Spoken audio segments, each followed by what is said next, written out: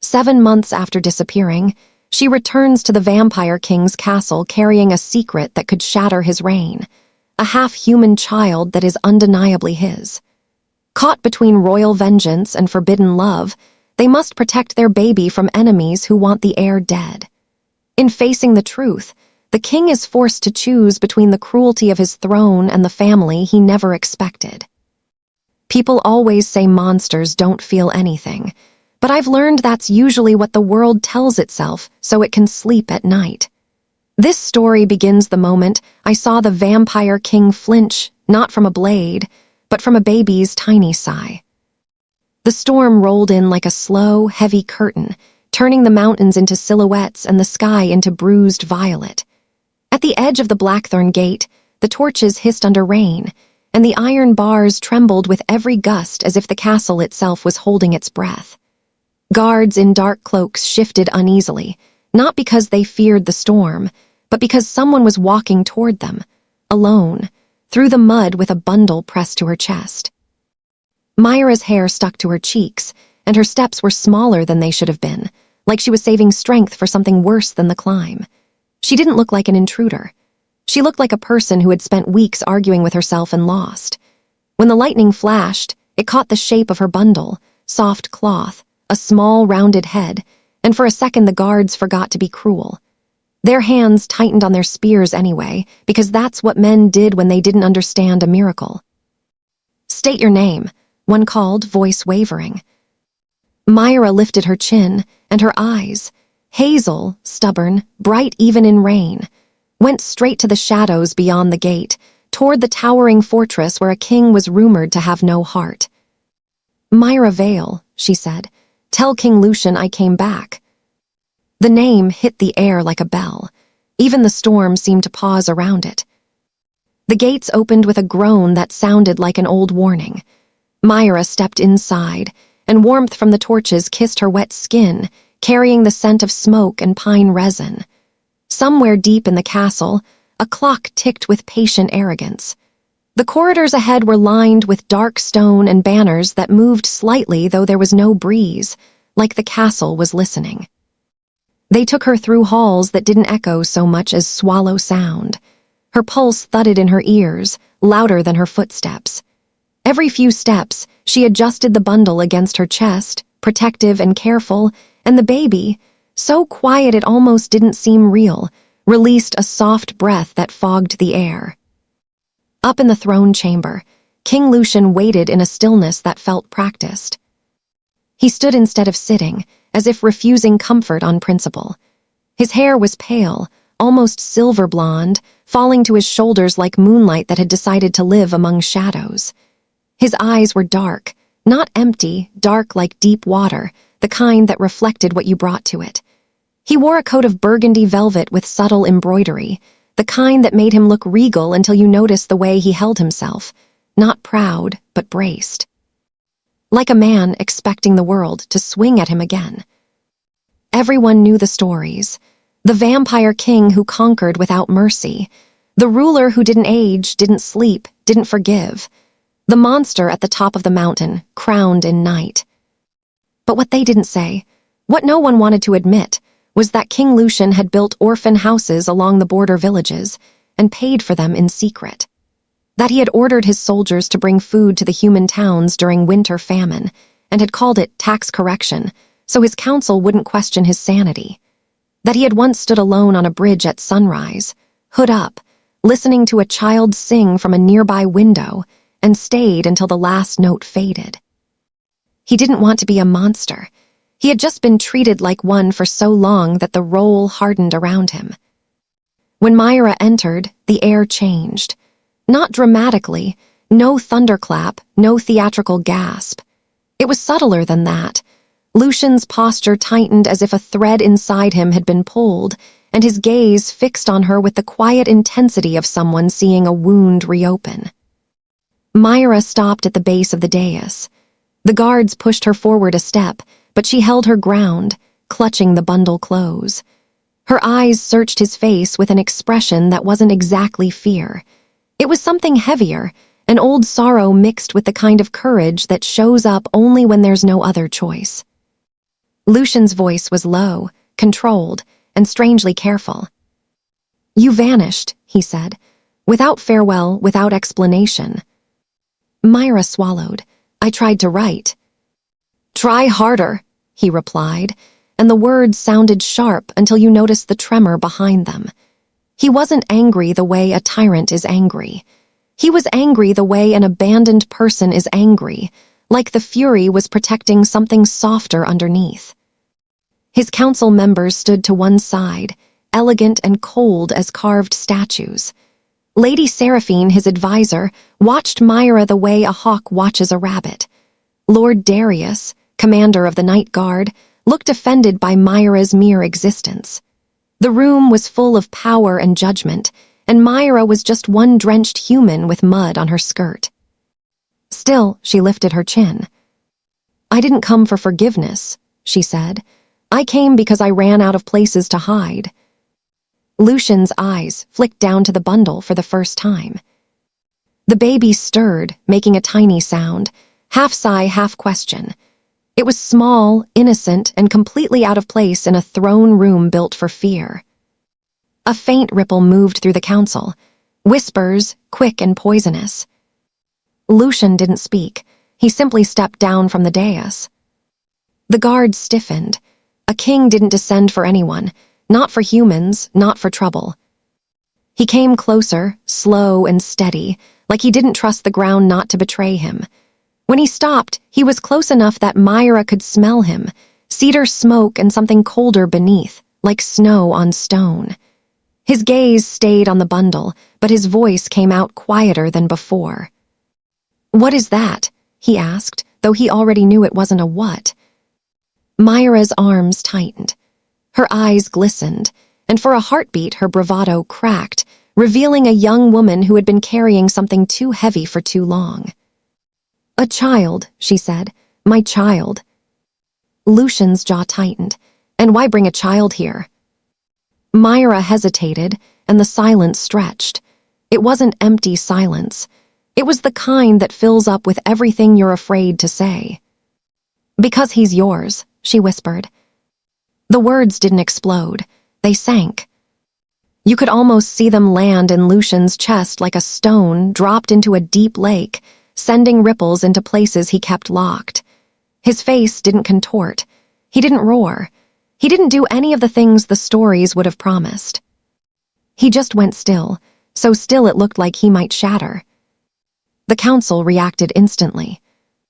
Lord Darius took one step forward. "Impossible." Lady Seraphine's eyes narrowed, calculating. A half-blood would be a threat to the throne. A few guards shifted their grips on their weapons, not raising them, but not relaxing either. The room thickened with danger that didn't need violence to be terrifying. Mira felt it, and her breath turned shallow, but she didn't retreat. Lucien's gaze rose to Mira's face, and something in him, something old and painfully human, flickered across his expression. 7 months, he said softly, like he was counting. "You were gone 7 months." Mira nodded, tears finally breaking free. "I thought if you knew, they would kill him." She meant the council, the court, the ancient laws, the fear that ruled this kingdom more than Lucien did. Lucien's eyes darkened, not with hunger, but with a kind of grief that made his beauty look almost cruel. He breathed in slowly, as if scent could confirm what his mind refused to accept. Vampires could hear heartbeats like drums. He should have heard the baby's pulse instantly. But the sound wasn't normal. The baby's heartbeat was there, yes, soft and steady, but woven through it was another rhythm, quieter, like a second pulse humming under the first. Not monstrous, not wrong, just unfamiliar, like a new instrument added to an old song. Lucien's fingers hovered near the bundle without touching. His hand shook, barely. Mira noticed and softened her tone. "He doesn't cry much," she said, as if offering peace. "He likes music. When I hum, he calms down." Lucien swallowed. "He." Mira nodded. "His name is Eli." Lady Seraphine's voice cut in, sharp as a snapped thread. "Your Majesty, you cannot allow this. If word spreads, the border lords will revolt. The human clergy will call it an omen. Your own kind will see weakness." The room waited for Lucien to become the king everyone expected. The king who chose safety over softness. The king who erased problems instead of holding them. Lucien's eyes closed for half a second. When he opened them, there was something different there, an old loneliness meeting a new, terrifying hope. He reached out at last and gently pulled back the cloth. The baby's face was round and warm, cheeks flushed from sleep, lashes dark against pale skin. There were no fangs, no glowing eyes, no obvious mark of doom. Just a child who looked like he belonged in someone's arms, not in a political nightmare. And then Eli opened his eyes. They weren't fully dark like Lucien's. They weren't fully hazel like Mira's. They were something between deep brown lit with a faint gold ring that caught the torchlight and seemed to hold it. Eli blinked once, slowly, and stared straight at the vampire king. The entire chamber held its breath. Lucien, who had faced armies, betrayals, assassins, looked like he couldn't decide whether to step back or kneel.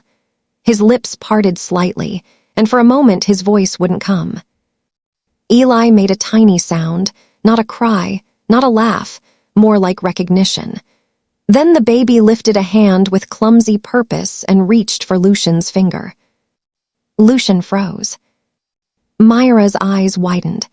"It's okay," she whispered, though she wasn't sure if she meant it for Lucien or herself. The baby's fingertips touched Lucien's skin.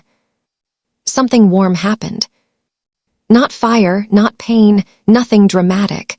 Just warmth.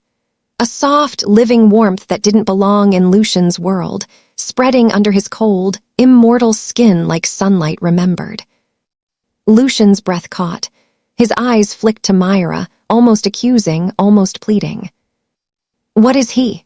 Lucien asked, voice raw in a way that startled even his guards.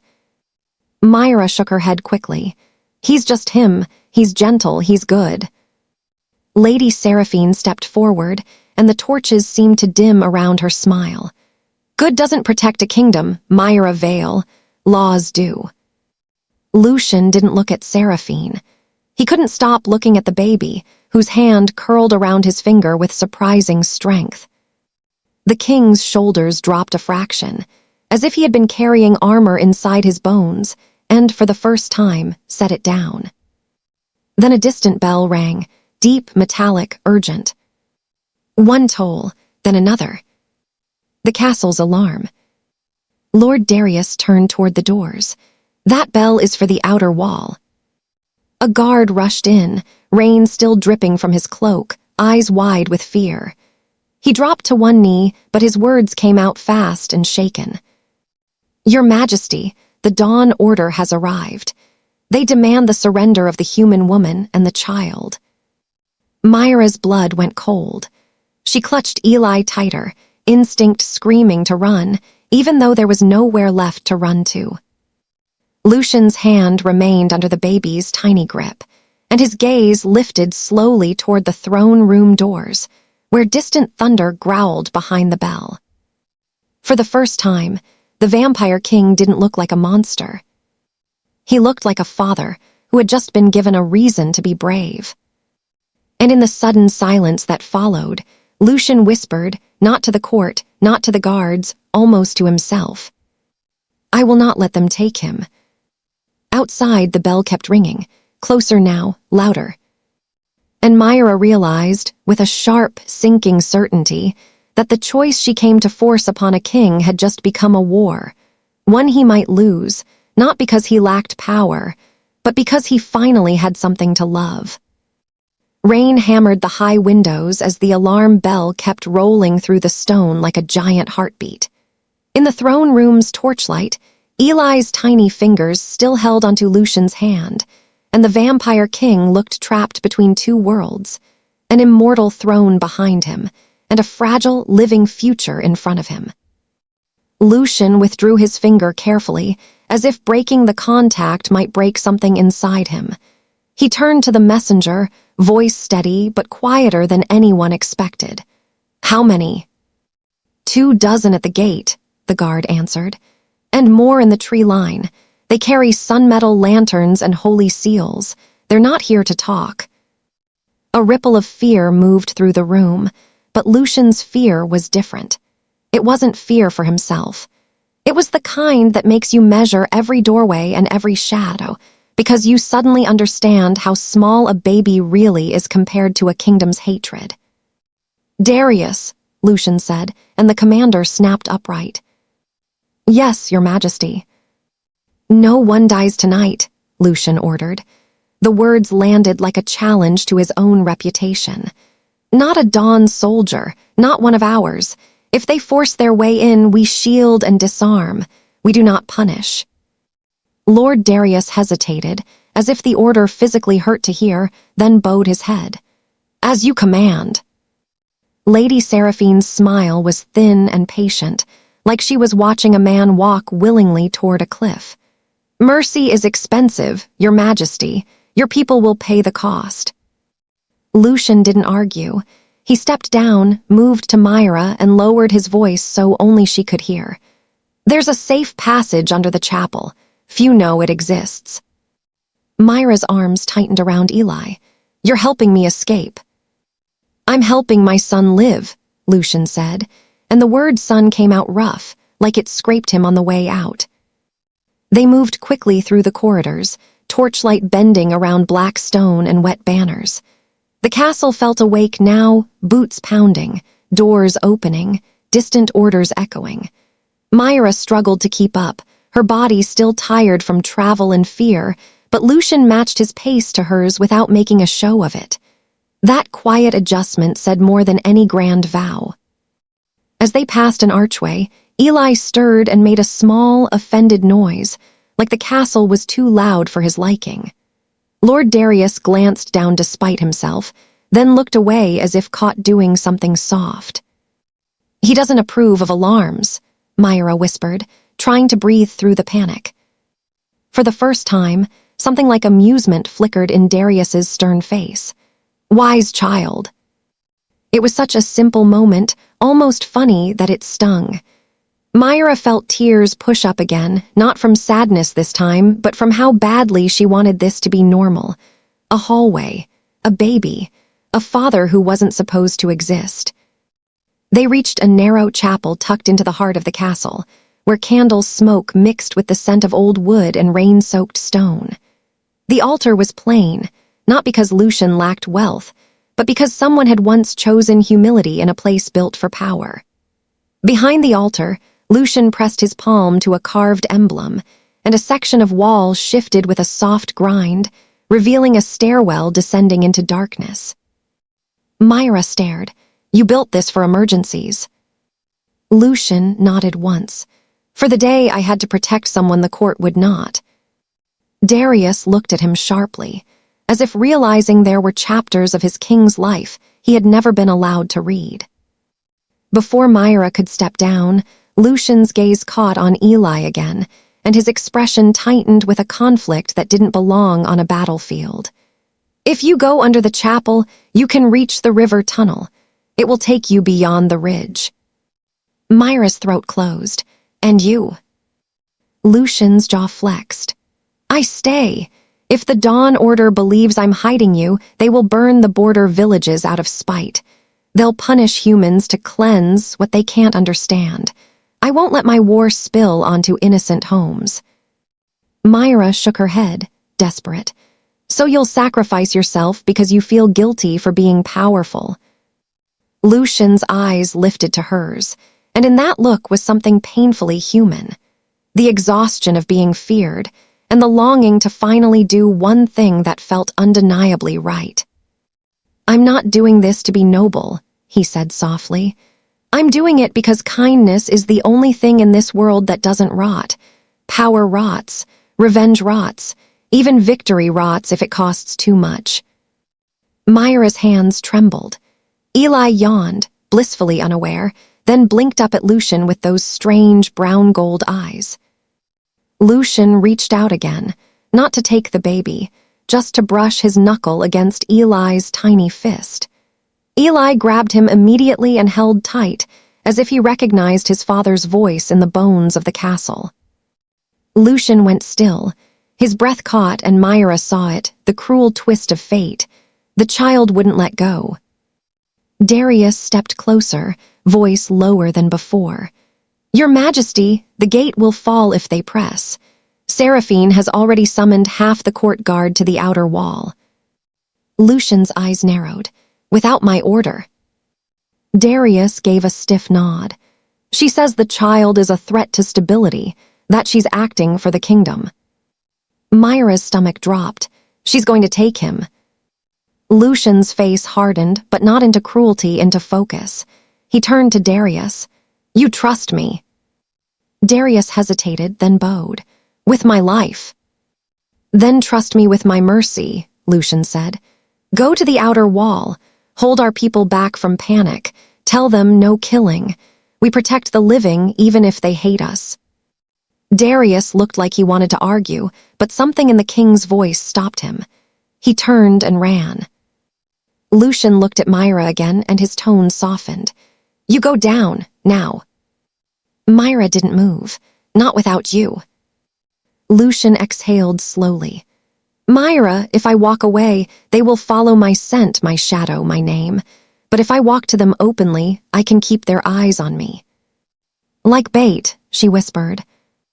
"Like a shield," Lucien corrected. Mira's eyes filled. "You don't even know how to be selfish." Lucien's mouth twitched, the ghost of a smile that never fully arrived. "I've had centuries. I was terrible at it." Behind them, the alarm bell changed rhythm, faster now. Closer. Then came a new sound, the deep groan of the outer gate under pressure, and the muffled roar of voices chanting beyond stone. Mira clutched Eli tighter. "If you go out there, they'll demand him." Lucien nodded. "And I will say no." "And if they don't listen?" Lucien's gaze dropped to Eli's face again, and his voice fell to a near whisper. "Then I will learn what kind of king I truly am." He gently tried to free his finger from Eli's grip, but the baby held on stubbornly, small hand, strong with innocent insistence. Mira almost laughed through her tears. "He's stubborn." Lucien stared at that tiny hand around his finger like it was the first honest promise he'd ever been given. "So am I," he murmured. A sharp scrape echoed behind them, metal on stone. Lucien turned. Lady Seraphine stood in the chapel doorway with 2 guards at her side, their expressions tense and uncertain. Her eyes went straight to the baby, and her voice carried a calm that felt more dangerous than shouting. "Your Majesty," she said, "for the good of the realm, hand the child to me." Mira took a step back toward the hidden stairs, heart pounding. Lucien didn't move aside. He simply shifted, just enough to place his body between Seraphine and Mira, like a wall made of velvet and iron. "No," he said. Seraphine's smile didn't break. "Then I'm afraid you leave me no choice." One of the guards reached for the chapel's rope bell, an internal signal line that could summon the court guard in seconds.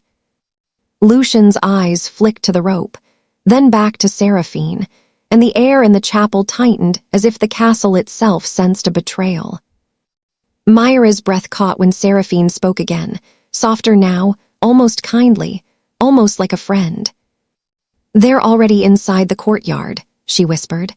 "The dawn order. I opened the smaller gate. I thought you would want the trouble to end quickly." Lucien's face went pale in a way that had nothing to do with the storm.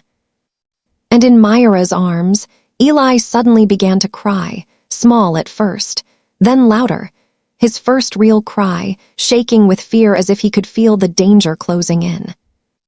Lucien looked at his son, then at the open doorway, and for the first time his calm cracked into something raw.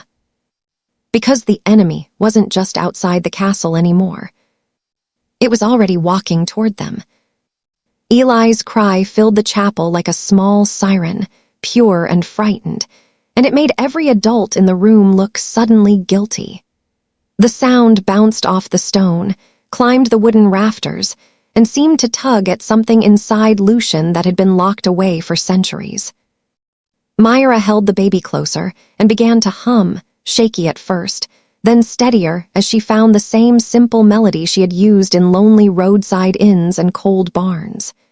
Eli's crying softened into hiccuping breaths, his tiny fist clutching the edge of her cloak. Lucien watched that moment with an intensity that wasn't hunger or rage, but awe, like he'd just witnessed a kind of strength his court had never taught him to recognize. Lady Seraphine's eyes stayed fixed on the child, but her voice aimed for the king. "You hear them in the courtyard," she said, calm as polished marble. "They will take him. If not from you, then from your people. Your kindness will become their excuse to punish everyone." Lucien didn't raise his voice. That alone felt dangerous, because it meant he was choosing control over instinct. "You opened a gate," he said, and the disappointment in his tone landed harder than an accusation. "You decided for me." "I decided for the realm," Seraphine replied, her chin lifting. "A king without heirs is a stable threat. A king with a half-human heir is a civil war waiting to happen." Lucien's gaze flicked to the two guards beside her. They weren't monsters. They were young, uncertain, and trapped inside the fear of older rules. Lucien addressed them first, not Seraphine. "Lower your hands," he ordered quietly. "No one touches the child." One guard hesitated, eyes darting toward Seraphine for permission. The other slowly loosened his grip on his weapon, breathing out like he'd been holding his lungs tight for days. Seraphine's smile thinned. "You can command their hands, your majesty. You cannot command reality." She nodded toward the rope bell hanging beside the chapel door.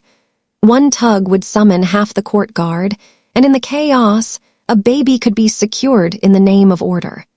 Seraphine stepped closer, and her fingers hovered near the rope like a threat dressed as patience. Lucien moved, not with violence, not with spectacle, but with sudden, impossible speed. His hand caught the rope above her reach, and he held it still, his grip steady as iron. The bell did not ring. The only sound was Eli's soft breathing and the rain tapping the stained glass. "Do you know why I built this passage under the chapel?" Lucien asked, voice low. "Not for war, not for escape, for one simple reason." His eyes lifted to Seraphine S., and for the first time his tenderness looked like authority. "Because even a king must have one place where innocence is not negotiable." Seraphine's composure faltered for a heartbeat, and Mira saw something underneath the polished loyalty, fear, and something like grief. "Innocence doesn't survive thrones," Seraphine whispered. "It gets used. It gets erased. I'm trying to spare you the humiliation of losing him in front of the world." Lucien's jaw tightened. "You're trying to spare yourself the terror of change." That sentence hit Seraphine like a slap made of truth. For a moment, she looked older than her carefully arranged power, and Mira wondered what Seraphine had lost to become this loyal to a cold idea of stability. Footsteps thundered in the corridor, fast and urgent. Lord Darius appeared in the doorway, rain on his shoulders and alarm in his eyes. "They've crossed the inner yard," he reported. "Your Majesty, they're headed here, and they have Mira's name." Mira's stomach dropped. "My name?" Darius nodded once, grim. "They're calling for her specifically."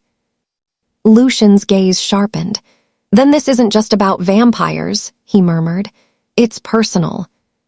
He turned to Mira, and the softness returned, quiet, real, almost painful. "Take the passage," he told her. "Darius will lead you to the river tunnel." Mira didn't move. Her arms tightened around Eli as if her body had decided it would rather break than let go. "If I run, they'll hunt you harder," she whispered. "And if I leave you, I'll spend my life teaching my son that courage means abandoning the people who love you." The word love hung there, not as romance, but as a raw, frightening possibility. Lucien stared at her like he didn't know where to put that truth. Then he did something no one expected from the vampire king. He lowered his head, just slightly, an unmistakable gesture of humility. "Then we don't run," he said. "We walk out together." Seraphine's eyes widened. "You would parade him in front of the Dawn Order." "I would refuse to hide a child like a crime," Lucien answered. He looked at the two guards beside Seraphine again. "If you want to serve this realm, serve it with restraint. Open the chapel doors. No blades, no threats, only discipline." One guard swallowed and obeyed, stepping aside. The other followed, trembling but loyal, not to fear, but to the strange steadiness in Lucien's voice. They moved through the corridor toward the great doors, the air thick with smoke, rain, and the metallic scent of sun lanterns burning somewhere ahead. Mira's heart pounded so hard she felt it in her fingertips. Eli stirred again, not crying now, but watching, his brown gold eyes tracking torchlight the way a kitten watches falling dust. At the end of the hall, the great doors opened onto the courtyard. Cold rain slapped their faces. Torches hissed. Dozens of figures stood in gray cloaks with bright lanterns that glowed like captured daylight, their symbols painted in white on shields and sashes. They looked exhausted, not heroic, people who had carried fear for so long it had become their religion. And at the front stood a man with a captain's stance, and a voice that didn't shake. "Mira Vale," he called, stepping forward into the rain. "By order of the Dawn Council, you are to surrender the child and return with us." Mira froze so completely, she nearly forgot to breathe. Because she knew that voice. "Rowan," she whispered, the name breaking out of her like a wound reopening. The Dawn captain's hood fell back just enough for Mira to see his face clearly. Older than she remembered, harder around the eyes, but unmistakable. Her brother. He looked past her, straight at Eli, and something flickered in his expression, pain so fast he tried to hide it. Then he lifted his lantern higher, letting its clean light spill forward as if it could reveal the truth of everything. Lucien stepped between them without raising a hand, shielding Mira and the baby with nothing but his body and his refusal to hate. His voice carried across the courtyard, calm and clear. "No one takes a child from his mother," the Vampire King said. "Not tonight." Rowan's jaw clenched, rain running down his face like unshed tears. "Then step aside, monster." Lucien didn't flinch at the word. He simply looked at Rowan as if he saw the man beneath the uniform. "If you believe I'm a monster," Lucien said, "then prove you're not. Lower the lantern and speak to them as people." Rowan's grip tightened. The lantern's light brightened, harsh against the dark storm. In Mira's arms, Eli reached out with a sleepy, curious hand, toward the shining lantern that everyone feared. And as his tiny fingers stretched into the rain, the lantern's sunlight didn't blaze brighter. It softened. The glare gentled into a warm glow, like morning light slipping through curtains instead of a weapon meant to judge. The nearest Dawn soldiers stared, unsettled, as if their certainty had just been touched by something innocent and unexplainable. Rowan's eyes widened, his breath catching as he looked from the child, to Lucien, to Mira. For one trembling second, it seemed like the world might change. Then Rowan lifted his voice, sharper now, forcing steel back into his words. "If that child can tame our light," he said, "then what else can he do?" And Mira realized with a cold clarity that her brother wasn't just afraid of Lucien anymore. He was afraid of Eli. The rain fell harder, the courtyard holding its breath, and Lucien's hand rose slowly, open palm, not a fist, as he stepped forward into the lantern glow, ready to bargain with his own freedom for a future he didn't know how to protect.